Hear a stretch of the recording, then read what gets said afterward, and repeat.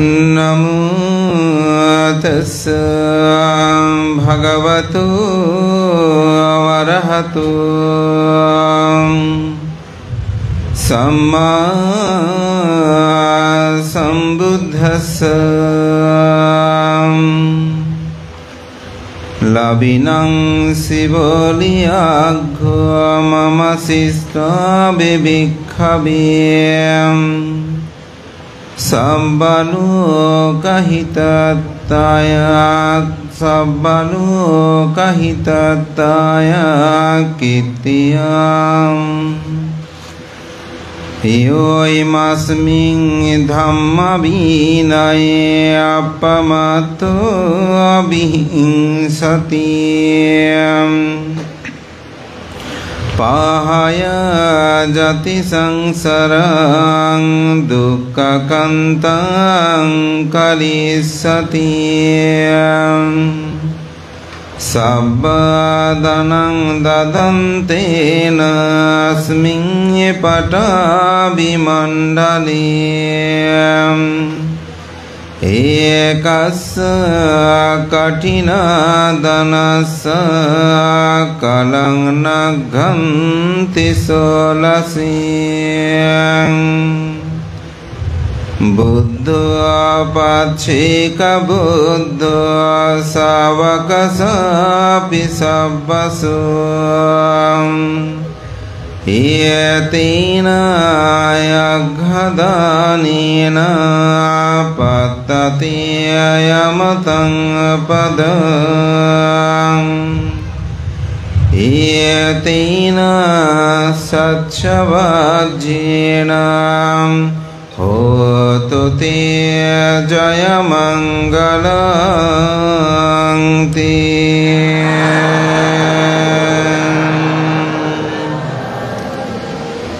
রাজগাটা সার্বজনীন ধর্মোদয় বৌদ্ধ বিহারের দানোত্তম দানশ্রেষ্ঠ শুভ কঠিন চিবর দান সভার পরমারাধ্য মাননীয় সভাপতি, রাঙ্গুনিয়া ভিক্ষু সমিতির সুযোগ্য সভাপতি, কলকুলময় সধর্মোদয় বিহারের সুযোগ্য বিহার অধ্যক্ষ, আমার পরম কল্যাণ মিত্র, বর্ষিয়ান সাংঘিক ব্যক্তিত্ব, পরম শ্রদ্ধেয় পণ্ডিত ধর্মসেন মহাতের মহোদয়, আজকের অনুষ্ঠানের প্রধান জ্ঞাতি, বাংলাদেশে বিদর্শন ভাবনা প্রচার প্রসারের যিনি অনন্য ভূমিকা প্রতিপালন করেছেন, পোমরা জ্ঞানাঙ্কুর বিহারের সুযোগ বিহার অধ্যক্ষ, বিদর্শন আচার্য, পরম শ্রদ্ধেয় শাসনপ্রিয় মস্তবীর মহোদয়, অনুষ্ঠানের বিশেষ অতিথি, আমার অত্যন্ত প্রিয় ভাজন, বাংলাদেশ সংগ্রাজ ভিক্ষু মহাসভার পুরনো কীর্তি সম্পাদক, কদমতলী ধর্মাঙ্কুর বিহারের অন্যতম রূপকার অধ্যক্ষ, মানবতাবাদী ভিক্ষু ব্যক্তিত্ব, যার প্রদন্যতাই এদেশে শুধু স্বধর্ম সেবা নয়, যিনি মানুষ হাঁটার যে পথ চলা সেগুলোর পর্যন্ত তিনি নির্মাণে অনন্য ভূমিকা প্রতিপালন করে সমাদৃত হয়েছেন, সাংগঠনিক ব্যক্তিত্ব, প্রিয়ভাজন আয়ুষ্মান দীপঙ্কর মস্তবীর মহোদয়, আমার অত্যন্ত প্রিয়ভাজন, যিনি একটু আগে ধর্ম দেশনা করেছেন, আমাদের তরুণ ভিক্ষু সংঘের একজন অত্যন্ত সম্ভাবনাময়ী ভিক্ষু ব্যক্তিত্ব, প্রিয়ভাজন দীপানন্দ স্থবির, উপস্থিত আছেন একজন নীরব পণ্ডিত ভিক্ষু ব্যক্তিত্ব, যিনি ত্রিপিটকের 8টি গ্রন্থের অনুবাদ করেছেন, তার সম্পাদিত বই লেখক সহ, যার হাতে 14টা বই প্রকাশিত হয়েছে, সাধারণানন্দ মহাতের বনভান্তের প্রিয় শিষ্য, বর্তমানে আমার অন্তবাসী প্রিয়ভাজন রাহুল স্থবির, এবং উপস্থিত এই বিহারের বিহারাধ্যক্ষ সহ অন্যান্য ভিক্ষু সংঘ। আমি ভিক্ষু সংঘের প্রতি বিনম্র চিত্তে শ্রদ্ধা অর্ঘ্য বন্দনা নিবেদন করছি। আপনাদের সকলের প্রতি মৈত্রী চিত্তে পুণ্যদান ও আশীর্বাদ জ্ঞাপন করছি। ধর্মপ্রাণ প্রিয় উপাসক উপাসিকাবৃন্দ, আমি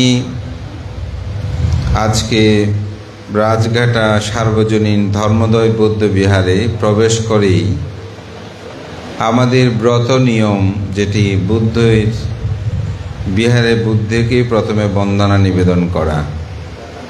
তা আমি যখন দোতলায় উঠলাম, সিঁড়ি দিয়ে উঠতে ভাবলাম এত সুন্দর বিহার এই অঞ্চলে, দেখে খুব ভালো লাগলো।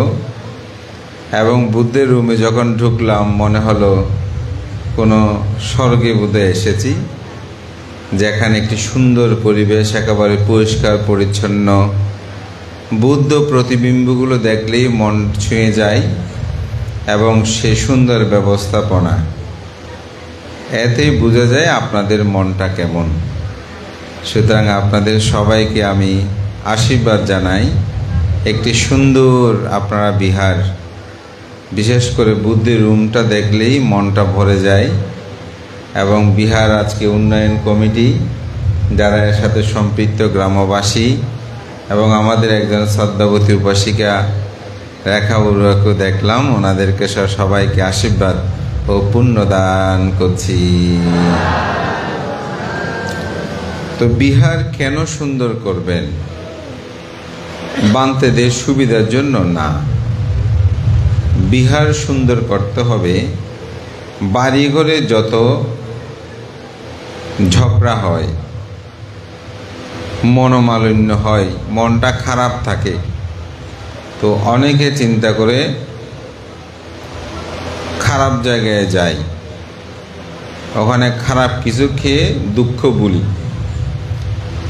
আর কেউ না বিহারে যায়, বুদ্ধের ওখানে গেলে মনটা ভালো হয়ে যাবে। এটা সুন্দর পরিবেশে যখন আসবেন, বান্তের সাথে ধর্মীয় কথাবার্তা বলবেন, তখন মনটা ভালো হয়ে যাবে। তো ভালো হওয়ার জন্য ভালো একটা পরিবেশও কিন্তু দরকার।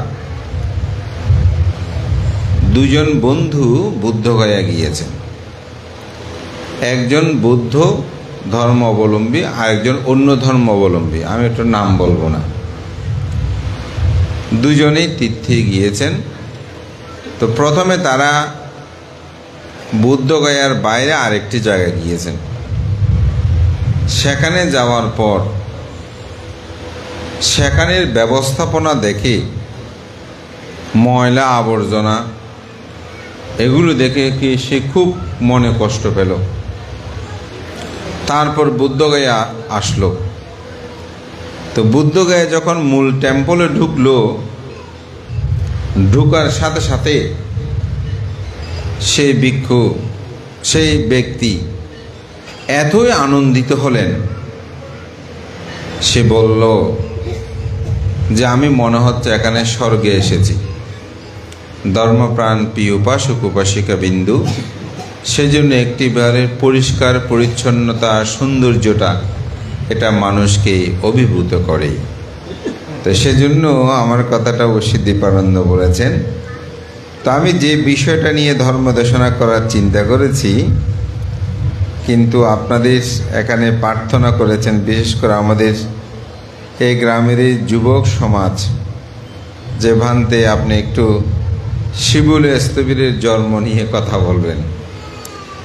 তাই শিবুলি স্থবিরের জন্ম কথা বলতে গেলেই একটা পুরাটাই দেশনা হয়ে যাবে। তবে আমি চৌম্বকীয় কথাগুলো এখানে উপস্থাপনা করব। কেন একটু ঘুরে দিলে ভালো হবে, এটা তো একটু সমস্যা হবে। ধর্মপ্রাণ প্রিয় উপাসক উপাসিকা বিন্দু, মহাকারণিক তথাগত বুদ্ধ অশীতি শ্রাবক পোশাক ইবে ইচ্ছে করি দাও না, ইবে না ইকেও পোশাক ফ্যান আছে, অনেককে করে দিতে পারেন। পাবলিক কে দাও নিয়ে পরে এটা বাতাস বানতে রিয়েন্দি আছে। হ্যাঁ, ঠিক আছে ঠিক আছে। ধর্মপ্রাণ প্রিয় উপাসক উপাসিকা বিন্দু, বুদ্ধের 80টি মহাশ্রাবকের মধ্যে অন্যতম ছিলেন শিবলী কুমার বা শিবলী স্তবী। তিনি বৈশালীতেই জন্মগ্রহণ করেছিলেন। তার পিতার নাম ছিল মহিলী কুমার, মাতার নাম ছিল সুপ্রভাষা। এই সম্পদশালী পরিবারে তিনি যেদিন মাতৃগর্ভে প্রতিসন্ধি গ্রহণ করেছেন, সেদিন থেকে তিনি যে কোনো জায়গায়, অর্থাৎ সুপ্রভাষা যে কোনো কিছু রোপণ করলে সেটা খুব দ্রুত প্রবৃদ্ধি হতো এবং সেখানে বেশি ফলন দিত।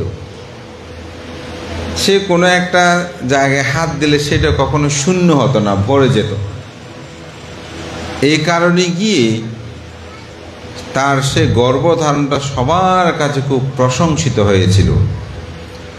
আমাদের মধ্যে অনেক মা বাবা আছেন, বলেন, বান্তে আমার ছেলেটা জন্মগ্রহণের পর থেকে আমার পরিবারের উন্নতি শ্রীবৃদ্ধি হয়েছে, আমার মেয়েটা জন্মগ্রহণের পর থেকে ভাগ্য ধরেছে, এরকম অনেকে বলে না? আবার অনেকে বলতে পারতে মেয়েটা বিয়ে দিলাম, এরপর থেকে সব শেষ, আমার জয়ন্তী শুরু হলো, সব শেষ হয়ে যাচ্ছে, এরকম করে অনেকে বলে বা মনে করে। তো শিবলী কুমার যখন এই মাতৃগর্ভে প্রতিসন্ধি গ্রহণ করে, তখন থেকে সে মহিলী কুমারের বাড়িতে অর্থ বিত্ত প্রাচুর্যের কোনো অভাব হতো না। যেটাতে ধরতেন সেটাতেই ফলে ফুলেই ভরে যেত। কিন্তু এখানে একটি বিশাল সমস্যা সৃষ্টি হলো। সেটি হচ্ছে, সাধারণত আমাদের মানব জীবনে 10 মাস 10 দিন পরে সন্তানের ভূমিষ্ঠ হয়, কিন্তু এই সন্তান ভূমিষ্ঠ হচ্ছে না।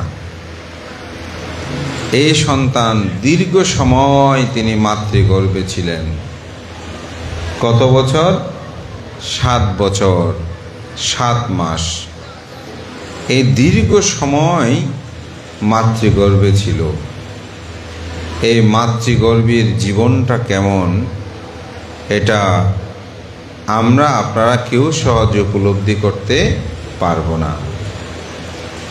যিনি মা সন্তান 10 মাস 10 দিন গর্ভধারণ করেছেন, তিনি সন্তান গর্ভধারণ করা এটা কত কষ্টকর, এটা তিনি উপলব্ধি করতে পারবেন। ঠিক অনুরূপভাবে সুপ্রভাষে গর্ভধারণ করে 7 বছর 7 মাস তিনি গর্ভে রেখেছেন। এরপরেই তার প্রসব বেদনা শুরু হলো। বেদনা উৎপন্ন হয়েছে, 7 দিন অতিবাহিত হচ্ছে, কিন্তু এই সন্তান ভূমিষ্ঠ হচ্ছে না। তখন সেই স্বামী মহিলী কুমারকে ডেকে বলছে, আমি তো খুব কষ্ট পাচ্ছি, আমার সন্তান ভূমিষ্ঠ হচ্ছে না, আমি এখন গর্ভ যন্ত্রণায় কাতর। এতদিন হয়তো গর্ভ ছিল, এক ধরনের ভালো ছিল, এখন তো আমি প্রসব বেদনায় কাতর হয়ে পড়ছি, আমি তো আর কোনো উপায় দেখছি না। আপনি বুদ্ধির কাছে যান, বুদ্ধকে গিয়ে আমার পক্ষ হয়ে একটা বন্দনা করবেন, বন্দনা করেই বুদ্ধের কাছে আশীর্বাদ প্রার্থনা করবেন। তো মহিলী কুমার প্রথমে গেলেন। একটা শিক্ষণীয় বিষয় আছে।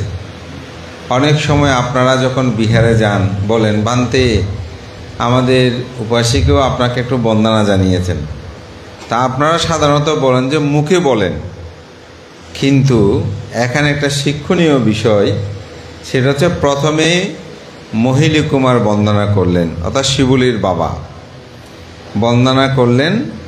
বন্দনা করার পরে বলতে, ভান্তে আমার স্ত্রীর পক্ষ থেকে আপনাকে বন্দনা করছি। তখন তিনি আবার একটা বন্দনা করলেন। তা আপনারা অনেক সময় আশীর্বাদ প্রার্থনা করেন, বান্তে একটু আশীর্বাদ দেন আমার স্ত্রীর জন্য, আমার স্বামীর জন্য। তো বুদ্ধি করে কি করবেন, প্রথমে নিজে একটা বন্দনা করবেন, বন্দনা করে তারপর বলেন, ভান্তে আমি আমার স্বামীর পক্ষ থেকে বন্দনা করছি, আপনি একটু আশীর্বাদ করেন। এটা একটা শিক্ষণীয়, শুধু কাহিনী শুনলে হবে না, আমরা ওখান থেকে শিক্ষণীয় বিষয়গুলো আমরা জেনে নেব।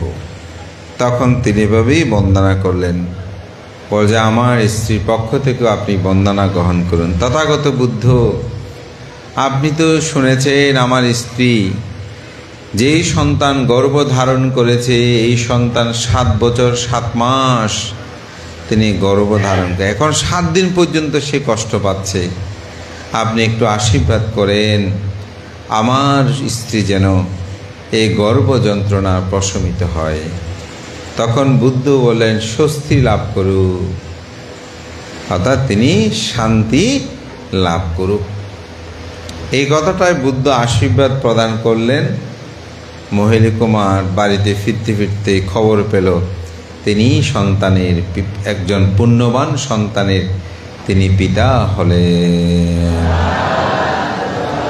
ধর্মপ্রাণ প্রিয় উপাসক উপাসিকা বিন্দু, ফিরে আসার পর স্ত্রী বুঝতে পারলেন যে তথাগত বুদ্ধের আশীর্বাদ যেন আমার শিরে বর্ষিত হয়েছে, আমার গর্ভ যন্ত্রণা যেন প্রশমিত হয়েছে।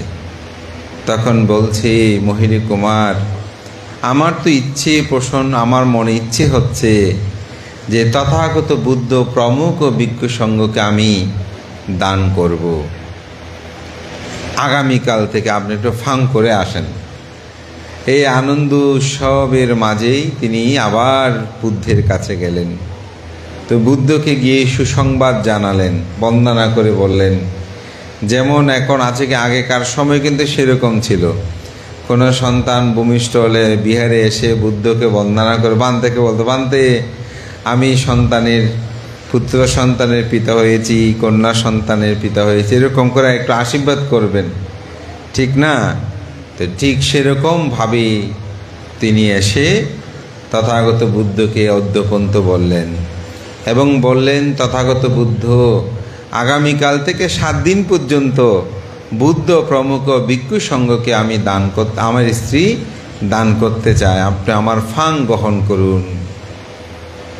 যে আপনার ফাং তো আমি গ্রহণ করতে পারবো না, কারণ আমার শিষ্য যিনি বামহস্ত হিসেবে পরিচিত, ঋদ্ধিতে শ্রেষ্ঠ, তিনি কে?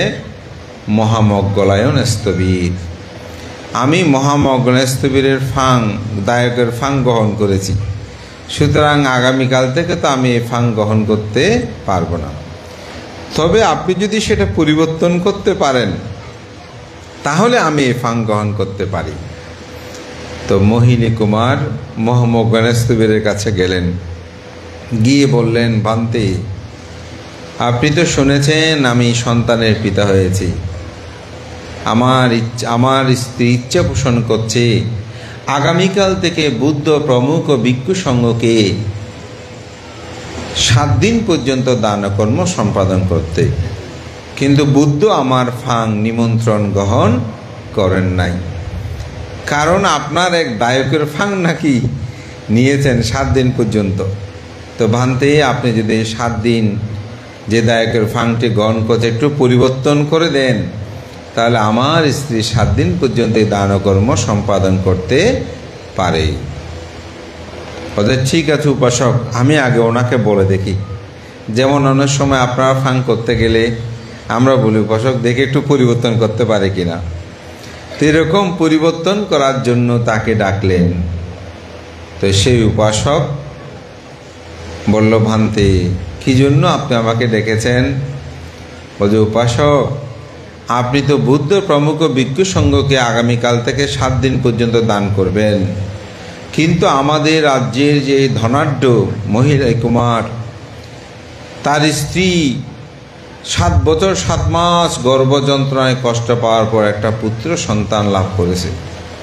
এখন এই উপাসিকা চাচ্ছেন আগামীকাল থেকে 7 দিন পর্যন্ত দানকর্ম সম্পাদন করতে, কিন্তু আমি তো আপনার ফাং গ্রহণ করেছি, এই জন্য বুদ্ধ ওনার ফাং গ্রহণ করতে পারছে না। তা আপনার ফাংটি যদি একটু পরিবর্তন করেন, আগামী 7 দিন পরে যদি আপনি ফাংটা আমরা গ্রহণ করি, পরিবর্তন করে, অর্থাৎ 7 দিন পর থেকে আপনি দানকর্ম সম্পাদন করবেন, তাহলে মহিকুমারের ফাংটা নিতে পারি। অজে বানতে আমি ফাং 7 দিন পরে আমার দানকর্ম সম্পাদন করব, ঠিক আছে, কিন্তু আমার 3টা শর্ত আছে। কয়টি শর্ত? 3টি শর্ত আছে। বলতে 3টি শর্ত কি? বলতে প্রথম শর্ত, মানুষ মরণশীল, যে কোনো সময় মানুষ মরে যেতে পারে। তা আমি যদি 7 দিনের মধ্যে মরে যাই, তাহলে তো আমি আর দানকর্ম সম্পাদন করতে পারবো না। সুতরাং আমাকে 7 দিনে আমার জীবন আপনাকে রক্ষা করতে হবে। দেখেন কি বুদ্ধিমান না? মানুষ যে কোনো সময় মরে যায়, আমি যদি 7 দিনের মধ্যে মরে যাই, তাহলে 7 দিন পরে তো আমি আর দান করতে পারবো না। সুতরাং আমার জীবন আপনাকে রক্ষা করতে হবে। বলছে দ্বিতীয় সত্য কি? বলছে দ্বিতীয় সত্য হচ্ছে মানুষের যে অর্থবিত্ত, আমার যে অর্থবিত্ত আছে, এগুলো যদি আগুনে এই 7 দিনের মধ্যে যদি আগুনে দগ্ধ হয়ে যায়, চোরে চুরি করে নিয়ে যায়, ডাকাতে হরণ করে নিয়ে যায়, বন্যায় প্লাবিত হয়ে যায়, নষ্ট হয়ে যায়, তখন তো আমি আর এই 7 দিন পরে দানকর্ম করতে পারবো না। সুতরাং আমার যে দানীয় দ্রব্য আছে, এগুলো আপনাকে রক্ষা করতে হবে। বলে তৃতীয় সত্য কি? তৃতীয় সত্য হচ্ছে ভান্তি, এখন আমার দান করার জন্য চেতন উৎপন্ন হয়েছে, কিন্তু 7 দিন পরে যদি আর দান করতে মন না চায়, অনেক সময় এরকম হয়তো দান করার চেতনা আছে ঠিক, কিন্তু 2-3 দিন পরে পরিবর্তন হয়ে যায়, এরকম হয় না? অনেকে আছে যে একটা সঙ্গদান করবো, অমুক করবে, ওদের করব করব করব করব করব করব করে আর করা হয় না। অনেকে আছে প্রতিশ্রুতি দিয়েছে আমি বিহার নির্মাণে এত টাকা দেব, কিন্তু পরে ভাবতেছে এত টাকা কেন দেব, ও মন পরিবর্তন হয়েছে, এরকম হয়ে যায়। তো অনেকের মধ্যে এরকম আমরা দেখি। তো তিনি বলছে আমার মন যদি এরকম পরিবর্তন হয়ে যায়, 7 দিন পরে যদি আর দান করতে মন না চায়, তখন তো আমি আর দানকর্ম সম্পাদন করতে পারবো না। সুতরাং আমার মনের মধ্যে দান করার জন্য যে শ্রদ্ধা উৎপন্ন হয়েছে, সেটি আপনাকে রক্ষা করতে হবে। তখন মহামজ্ঞানস্তবী তিনি দিব্য দৃষ্টিতে দেখে বললেন, উপাসক, আমি আপনার 2টি সত্য রক্ষা করতে পারি, কিন্তু একটি সত্য রক্ষা করতে পারবো না। 2টি সত্য কি? আপনার জীবন রক্ষা হবে, এটা আমি নিশ্চিত দিতে পারি, অর্থাৎ আপনি মরবেন না। দ্বিতীয় সত্য, আপনার যে ধন সম্পদ আছে, এগুলো সব ঠিক থাকবে, এগুলো সব ঠিক থাকবে, এটা নষ্ট হবে না, এটি আমি আপনাকে নিশ্চয়তা দিতে পারি। কিন্তু তৃতীয় যে সত্য আছে, এটা আমি রক্ষা করতে পারবো না। তৃতীয় সত্য কি? শ্রদ্ধা। আপনার মনের মধ্যে দান করার যে শ্রদ্ধাটা উৎপন্ন হয়েছে, এটা রক্ষা করার মতন ক্ষমতা আমার নাই, আমি এটা পারবো না। তখন ওই উপাসক বলছে, ভান্তি, যদি আপনি গৃহীত হয়ে 2টি সত্য রক্ষা করতে পারেন, তাহলে আমি দাতা হয়ে এখানে একটি সত্য রক্ষা করতে পারবো না।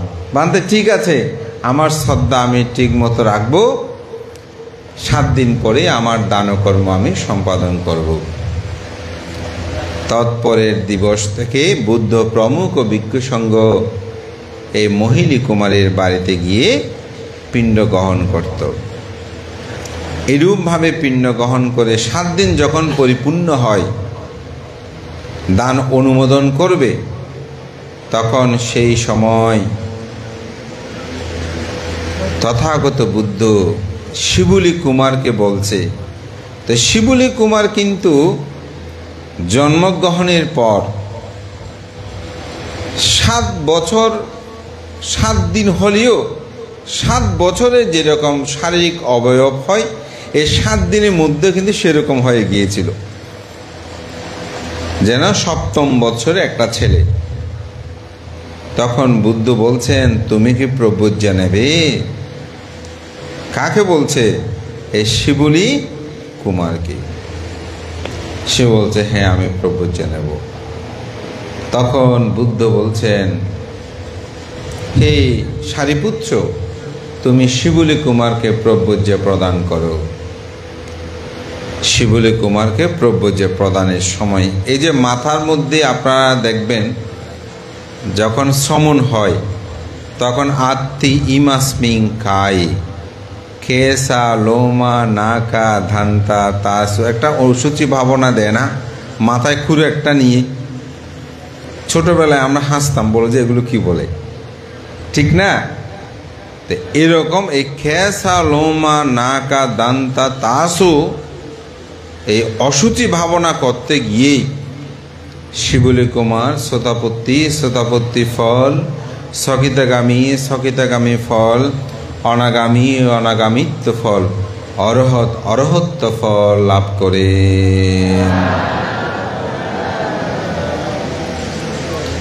চিন্তা করে দেখেন কেমন পারামি সম্ভার পুণ্য, কেমন পুণ্যবান সত্তা। এত পুণ্যবান সত্তা হলেও কেন তিনি মাতৃগর্ভে এতদিন আবদ্ধ ছিলেন? মাতৃগর্ভটা কেমন হবে একটু কি কোনো সময় ভেবে দেখেছেন? কেউ ভেবেছেন? ভাবেন নাই।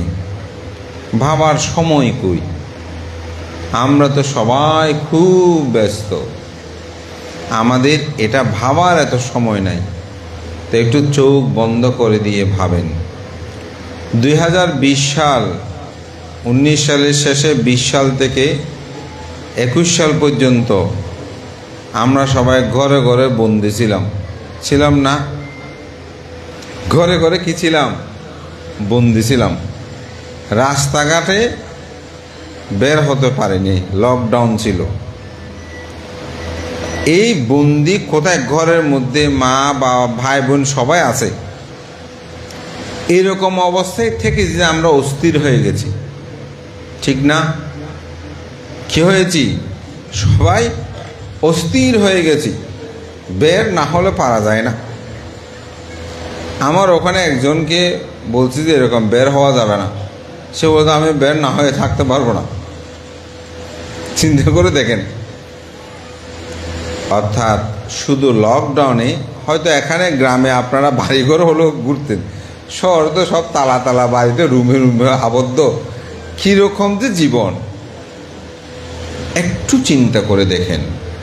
এটা যদি আপনি ভাবেন তাহলে কিন্তু নিজেকে উপলব্ধি হয় এটা কঠিন মনে হয়েছে।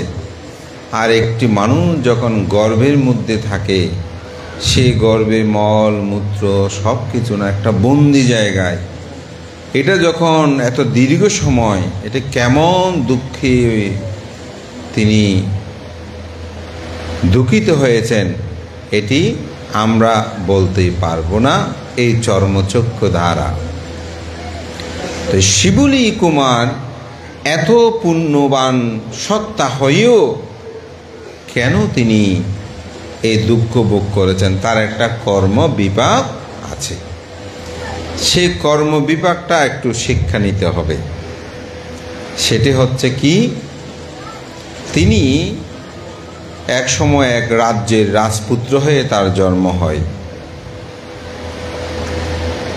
কিন্তু দুর্ভাগ্যবশত অন্য দেশ থেকে আক্রমণ করে তার দেশটা দখল করে, তার পিতাকে হত্যা করে, মাকে তিনি রানী করে, ওই যে অন্য রাজা যিনি দখল করেন। পুত্র গোপন পথ দিয়ে পালিয়ে যায়। তো পুত্র খবর পায় তার মাকে বন্দি করেছে, মৃত্যুর পরোয়ানা দিয়ে অনেকটা তাকে বিবাহ বন্ধনে আবদ্ধ করে। কিন্তু মা যদিও রাজপ্রাসাদে আছে রাজা রানী হয়ে, কিন্তু পুত্রের প্রতি তো তার ভালোবাসা সর্বাধিক। তো পুত্রকে তিনি খবর দিতেন। তো পুত্র সৈন্য সামন্ত জোগাড় করে সমগ্র রাজ্যটা তিনি অবরোধ করে রেখেছিলেন। অথবা অন্য দেশের সাথে কোনো যোগাযোগ রাখতে তিনি দিতেন না। রাজা কি করেছেন, সুড়ঙ্গ তৈরি করে অন্য দেশের সাথে যোগাযোগ করত। তো সেগুলো তিনি যখনই জানতে পারত তখন এক একটা করে বন্ধ করত। এরকম করে 7 বছর 7 মাস এই রাজ্যটা তিনি অবরোধ করে রেখেছিলেন। তো নির্দেশনাদাতা কে ছিল? মা। এভাবে অবরোধ করে তিনি রেখেছেন। পরবর্তীতে 7 দিন যখন রাজ্য একটু দুর্বল হয়ে যায়, সামনে একটা অবরুদ্ধ থাকলে জিনিসপত্র আসা যাওয়া না করলে দরিদ্র হয়ে যাবে, তো তখন তিনি আক্রমণ করে এই 7 দিন পর্যন্ত যুদ্ধ করে সে রাজ্য আবার দখল করে নেয়। কিন্তু এই যে অবরুদ্ধ করে রেখেছে, এই কর্মের বিপাক তাকে ভোগ করতে হয়েছে। রাজার সাথে না শত্রু, কিন্তু রাজ্যের মানুষও কষ্ট পেয়েছে। বন্দি অবস্থায় ছিল, কোথায় যেতে পারে নাই, যার কারণে এই কর্ম বিপাক তাকে ভোগ করতে হয়েছে। তো এখানে এই পর্যন্ত আমরা 2টি শিক্ষা নিতে পারি। একটা হচ্ছে আজকের যে কঠিন চিবর দান কর্ম, এখানে আপনি যাদেরকে দান করছেন মহান সঙ্গ, তার প্রতি প্রগাঢ় শ্রদ্ধাবোধ আপনার মধ্যে আনয়ন করতে হবে, অর্থাৎ শ্রদ্ধা উৎপন্ন করতে হবে। যেহেতু কঠিন চিবর এটা বস্তু, এটা ঠিক আছে, যারা গ্রহীতা তারা সঙ্গকে আপনি এই কঠিন চিবর দান কর্ম সম্পাদন করবেন, এটা অন্য কাউকে দেবেন, আপনি সঙ্গকে দেবেন। যদিও এই বিহারাধ্যক্ষ ভান্তে আছেন, ওনার উপলক্ষ কিন্তু দানটা হবে সঙ্গকে। সঙ্গ এটা মনোনীত করবে এই ভিক্ষু এই কঠিন চিবর তিনি লাভ করবে, করার যোগ্যতা তার আছে কিনা। যদি না থাকে তাহলে তিনি এই কঠিন চিবর লাভ করতে পারবে না।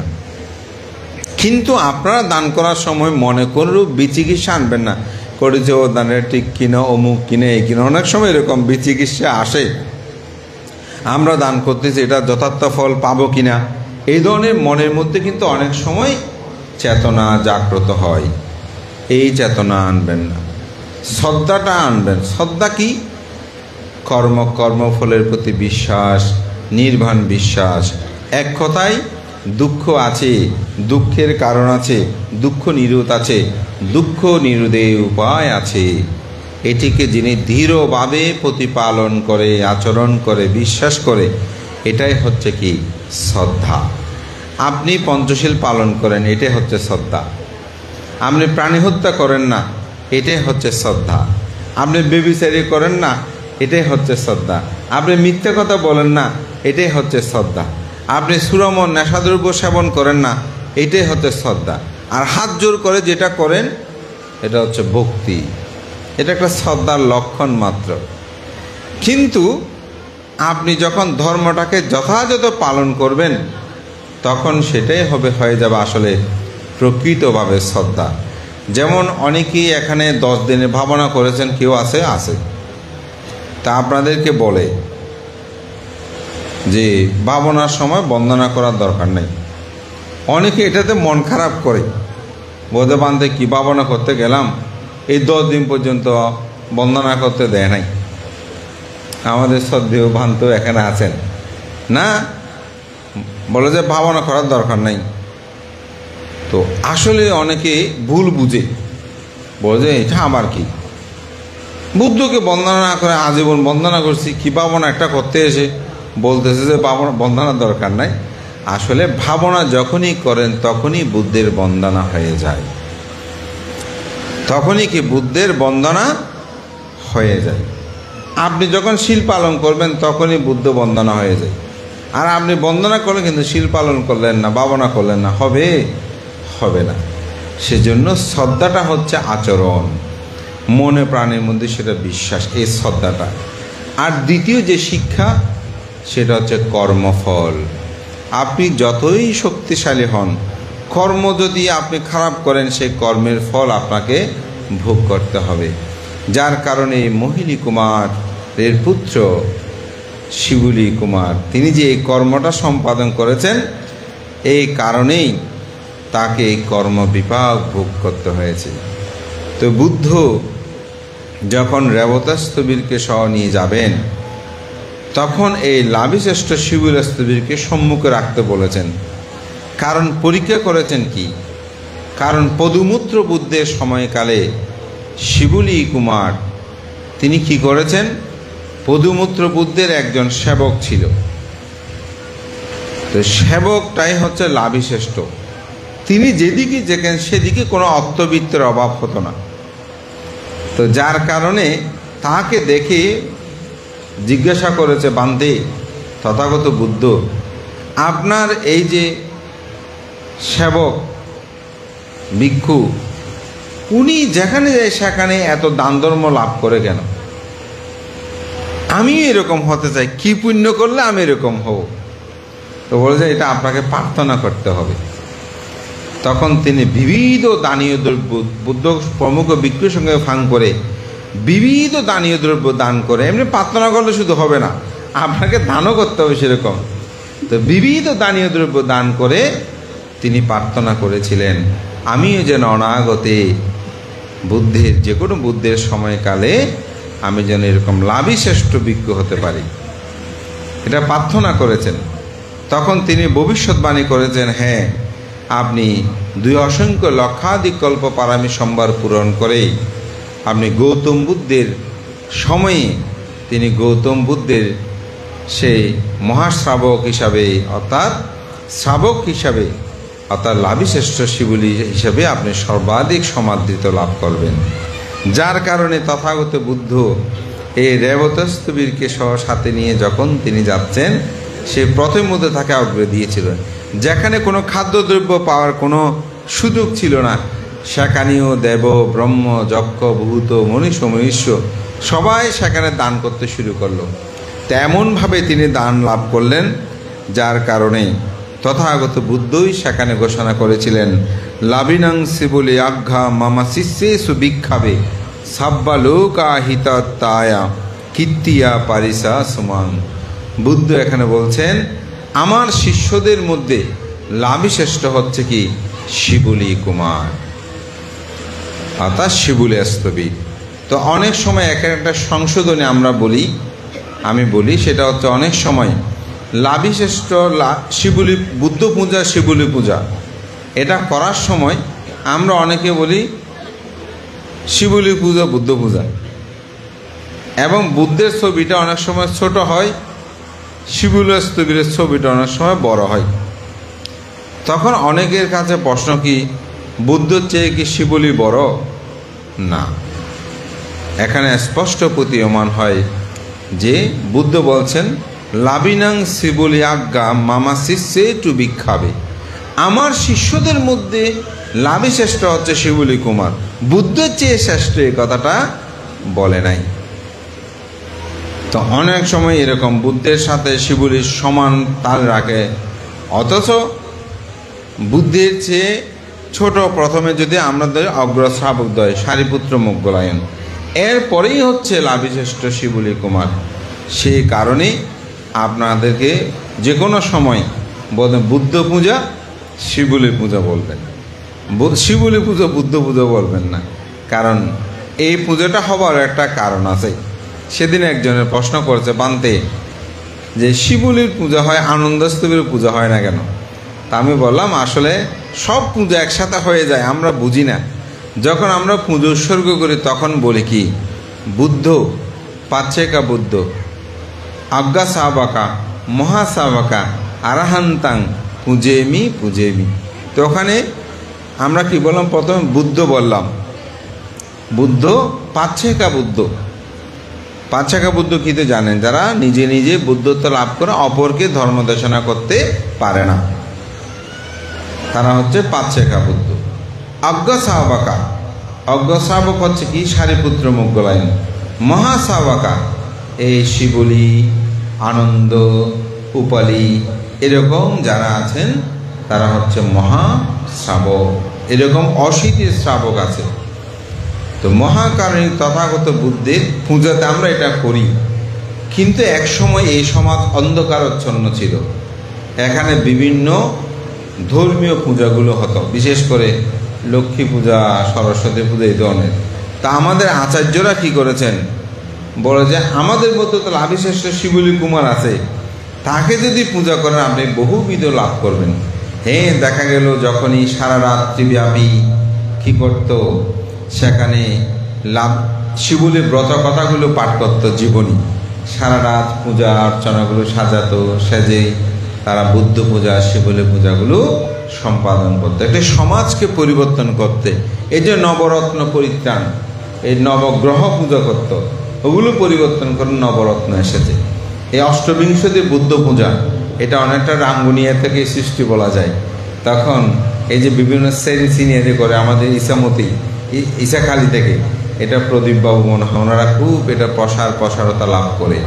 তো আমি এই জন্যই বলছি যে এই শিবুলি জীবন আর দর্শনটা অনেক কিছু এখানে প্রতীয়মান হয়। এবং এই শিবুলি স্থবির যেখানেই যেতেন কখনো খাদ্যের অভাব হতো না। তিনি রূপভাবে দান ধর্ম তিনি লাভ করতেন। ধর্মপ্রাণ প্রিয় উপাসক উপাসিকা বিন্দু, তাই আমি মনে করি আমাদের জীবন দর্শনে এই শিবুলি স্থবিরের জীবনীটা, এটা অনেক পুরো একটা বই আছে। আমি জাস্ট এদের সংক্ষেপে বললাম, যেহেতু আজকে দান উত্তম শুভ কঠিন চিবর দান, তা আমি মনে করি আপনার দুটি শিক্ষা, এখানে একটা কর্মফল এবং আজকের যে দানময় পুণ্যময় কর্ম, এটার মধ্যে যেন একটা গভীর শ্রদ্ধায়নয়ন করুন। তো যে এবং আপনি প্রার্থনা করলে শুধু হবে না, দানময় কর্মজীবন যাপনেই এরূপভাবে দান লাভ করা সম্ভব হবে। মহাকারণিক তথাগত বুদ্ধ, যিনি পাটীয়বাসী 30 জন ভিক্ষুকে উপলক্ষ করে এই কঠিন চিবর দানের আইন প্রজ্ঞাপন করেছিলেন। এবং মহাকারণিক তথাগত বুদ্ধের এই আইন প্রজ্ঞাপনের বিশেষ একটা কারণ ছিল। 30 জন ভিক্ষু আসার পর তারা যখন কুশলা বিনিময় করলেন, তখন তাদের পরিধেয় বস্ত্র ছিল জীর্ণ শীর্ণ। তাহা দেখি বুদ্ধ বললেন, হে ভিক্ষুগণ, তোমরা আজ থেকে চিবর আশ্রণ করতে পারবে। এই আশ্রণ শব্দটা হচ্ছে কঠিনত্বে পরিণত করা। মহাকারণিক তথাগত সম্যক সম্বুদ্ধের এই কথা শুনেই ভিক্ষুগণ সহ সমবেত হয়ে তথাগত বুদ্ধ 500 অরহৎ ভিক্ষু নিয়ে অনুগতত্বের সহস্র পদ্মপুরীতে সেখানে গিয়েছিলেন। সেখানে গিয়ে বুদ্ধ ভিক্ষু সঙ্গকে আহ্বান করলেন, হে ভিক্ষুগণ, তোমাদের মধ্যে কেউ কি আছে যারা কঠিন চিবর দান করেছে? আসলে অরহৎ হতে হলে, বুদ্ধ হতে হলে সবাইকে কঠিন চিবর দানকর্ম সম্পাদন করতে হয়। সেটা আমি গাথায় বলেছি। সেই গাথাটা কি বলেছি? বুদ্ধ পাচ্ছেকা বুদ্ধ সাবাকা সাপি সাব্বাস এতেনা আজ্ঞাদানেনা পাত্রাতে আমাতাং পাদাং। বুদ্ধ বলছেন, বুদ্ধ হতে হলে, পাচ্ছেকা বুদ্ধ হতে হলে, অগ্রশাবক হতে হলে, অরহৎ হতে হলে তাকে অবশ্যই এই কঠিন চিবর দানকর্ম সম্পাদন করতে হবে। তাহলে ওখানে যারা ছিলেন সবাই করেছেন, কিন্তু সবাই তো আর বলবে না। যেমন আজকে আমরা এখানে অনেক ভিক্ষু সংঘ আছি, সবাই কি আর ধর্ম দেশনা করবেন? হয়তো আমরা 2-4 জন করব। ঠিক অনুরূপভাবে সেখানে নাবিগীত স্থবির বললেন যে সাব্বা দানাং দাদান্তে না, নাগিত স্থবির বললেন কাঠিনা দানাং দাত্তোয়ানা সাঙ্গে গুণবারুত্থামে ইততিংস মহাকাব্যে নাবিজানামি দুর্গাতিং। আমি শিখি বুদ্ধের সময়কালে একটি মাত্র কঠিন চিবর দান করে আমি 30 কল্প পর্যন্ত নরক দুর্গতিতে গমন করি নাই। বুদ্ধ বললেন, আমি এই কঠিন চিবর দানকর্ম সম্পাদন করেছি। এই কঠিন চিবর দানকর্ম সম্পাদন করে আমি রাজ চক্রবর্তী রাজা হয়েছি, মহাব্রহ্ম হয়েছি। এভাবে বুদ্ধ তার জীবনাদর্শন সেখানে ব্যক্ত করলেন। এবং বুদ্ধ এই কঠিন চিবর দানের আনিশংস সম্পর্কে বলতে গিয়ে বললেন, সাব্বা দানাং দাদান্তে নাস্মিং পাঠা বিমণ্ডালে একাস্যা কাঠিনা দানাস্যা কালাং নাঘন্তি সোরাসিন। এই পৃথিবী স্তূপ করে যদি কেউ কোনো দানীয় দ্রব্য দান করে, তথাপি একখানা কঠিন চিবর দানের 16 ভাগের 1 ভাগ হবে না। তাই এই কঠিন চিবর দানের আনিশন সম্পর্কে জেনে আমাদের জীবনে একবার হলে কঠিন চিবর দানকর্ম সম্পাদন করা উচিত। তাই আজকে রাজঘাটা সার্বজনীন ধর্মোদয় বৌদ্ধ বিহার, আমি মনে করি সকল দায়িত্বকে এই পুণ্যময় দানকর্মটা তারা সম্পাদন করছেন। এই দানকর্ম সম্পাদন যেন আমাদের চিত্ত জগতের মধ্যে অবশ্যই গভীর শ্রদ্ধাবোধটা জাগ্রত হয়। এবং কেন আমরা এই দানকর্ম সম্পাদন করছি? আমাদের দানকর্ম সম্পাদনের মূল কারণ হচ্ছে দুঃখ থেকে মুক্তি লাভ করা। এই কথাটা মনে রাখবেন। স্বর্গে যাওয়া নয়, রাজ চক্রবর্তী রাজা হওয়া নয়, মহাব্রহ্ম হওয়া নয়, ধন সম্পদশালী হওয়া নয়, বারবার জন্মগ্রহণ করা নয়। কেন? কারণ এগুলো আপনার চির দুঃখের সমাধান নয়, এগুলো আপনাকে চির সমাধান দিতে পারবে না। অর্থবিত্ত প্রাচুর্য আছে, কিন্তু আপনি কি দুঃখমুক্ত হয়েছেন? আমাদের আজান ব্রাহ্মার একটি কথা সেদিন পড়লাম, খুব ভালো লেগেছে। বলতে আমরা অনেক সময় গর্ব করে বলি আমার 10টা বিল্ডিং আছে, আমার 10 জন কর্মচারী আছে, সেবিকা আছে, আমার 20 জন দাস দাসী আছে, আমার 15 জন সিকিউরিটি দারোয়ান আছে, আমার 20টা গাড়ি আছে, আমার 100টা অমুক আছে। এরকম করে করে অনেক মানুষ নিজের সুখটাকে প্রকাশ করতে চায়। আসলে কি এই সম্পদগুলো তাকে সুখী করতে পেরেছে? যদি এই সম্পদগুলো মানুষকে সুখী করতে পারত, আমি মনে করি তাহলে পৃথিবীতে সবচেয়ে বেশি সুইসাইড করে কোন দেশে বলেন তো? জাপানে। জাপানের মানুষ সবচেয়ে বেশি সুইসাইড করে। কেন? তাদের তো অর্থবিত্তে প্রাচুর্যের কোনো অভাব নাই, কিন্তু কেন করে?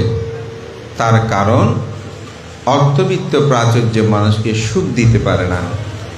মনের সুখই হচ্ছে মানুষের প্রকৃত সুখ। এই মনের সুখের জন্য বুদ্ধের ধর্ম। বুদ্ধের ধর্ম কিন্তু অর্থবিত্তের জন্য ধর্ম নয়। বান্তে এতক্ষণ তো অর্থবিত্তের কথা বললেন শিবলী কুমার, কিন্তু আবার কেন বলছেন অর্থবিত্তের জন্য ধর্ম নয়? বুদ্ধের ধর্ম হচ্ছে মনের ধর্ম।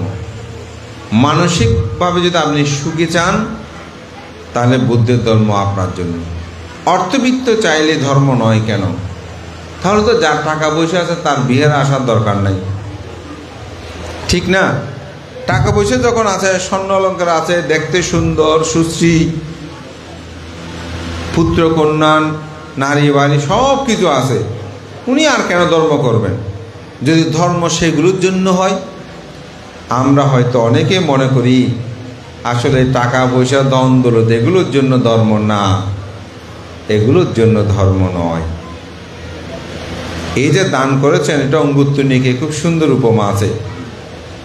বলছে পৃথিবীতে কিছু কিছু মানুষ দান করে নাম যশ কীর্তি প্রতিপত্তি প্রসারিত করার জন্য, অর্থাৎ মানুষে আমাকে দাতা বলবে, এরকম উদ্দেশ্যে অনেকে দান করে। পৃথিবীতে কিছু মানুষ দান করে অপরকে দমিত করতে, অর্থাৎ আমি যদি দান করি তাহলে অমুক মানুষটা আমার কাছে ছোট হয়ে থাকবে, এরকম করে অনেকে কি করেন? দান করেন। পৃথিবীতে কিছু মানুষ দান করে খেতে না পেরে, অনেক কিছু আছে আমি আর খেতে পারছি না, অপরকে দিই। আমরা সবাই এরকম কম বেশি দান করি, তো পেয়েছি খাচ্ছি আর খেতে পারবো না, একটু দান করে দিই, এরকম করে অনেক সময় দান করে না। কাপড় চোপড় আছে এখন আর পরতেছেন না, বলতে এগুলো অপরকে দিয়ে দিই, এই অর্থে অনেকে দান করে না? দান করে। কেউ আরও বেশি সম্পদশালী হওয়ার জন্য দান করে। অনেকে বলে আমি যদি দান করে আরও সম্পদশালী হবে, এই অর্থে অনেকে দান করে না? করে। ভয় থাকে। এই সব দানগুলোর মধ্যে একটা ভয় কাজ করে, আসলে কি দান করছি, দান পাবো। অনেকে স্বর্গে যাওয়ার জন্য দান করে, আমি যদি দান করি তাহলে আমি স্বর্গে যেতে পারবো, সে অর্থে অনেকে কি করে? দান করে। আবার পৃথিবীতে কিছু কিছু মানুষ আছে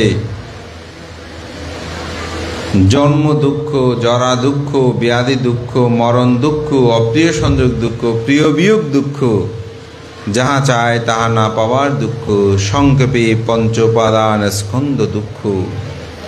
এই দুঃখ থেকে মুক্তি হতে নির্বাণ সাক্ষাৎ করার জন্য অনেকে দান করেন। বুদ্ধ বলেন এই দানটাই হচ্ছে কি? শ্রেষ্ঠ দান।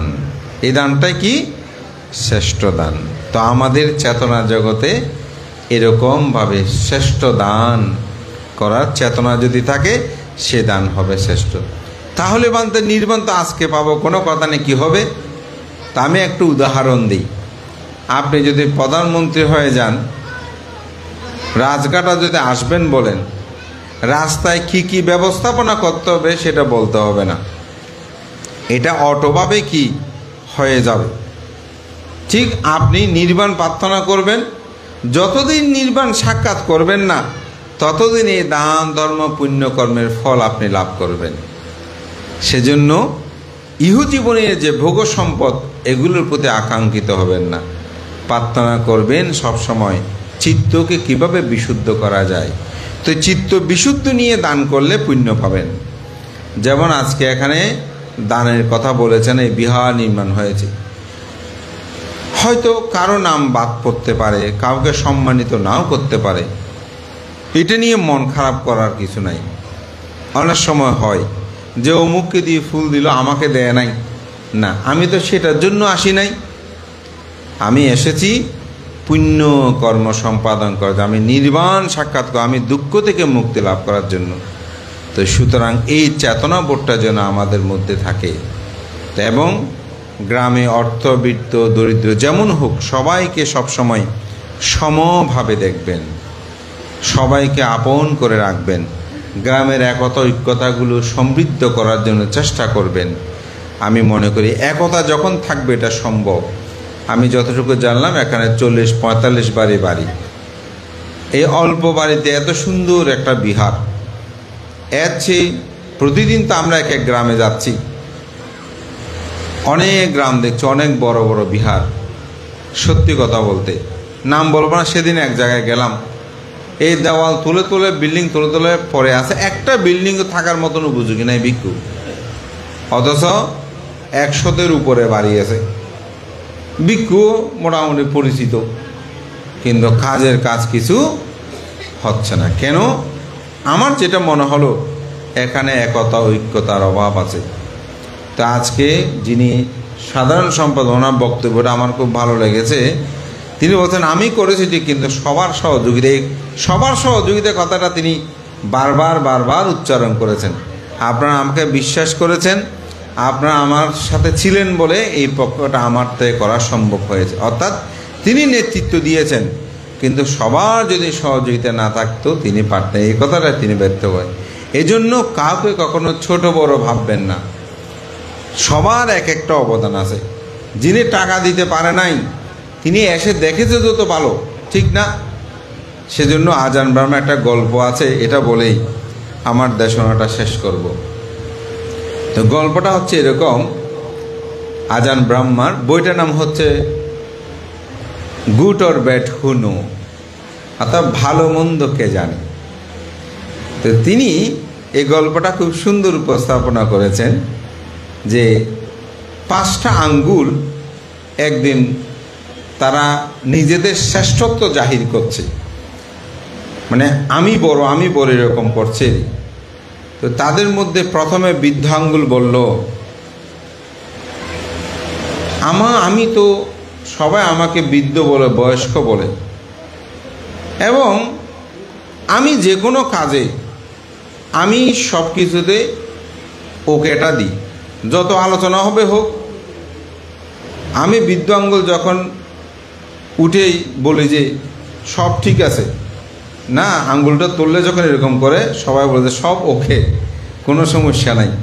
সুতরাং আমি হচ্ছে সবচেয়ে বড়, আমি শ্রেষ্ঠ জাহির করতেছে।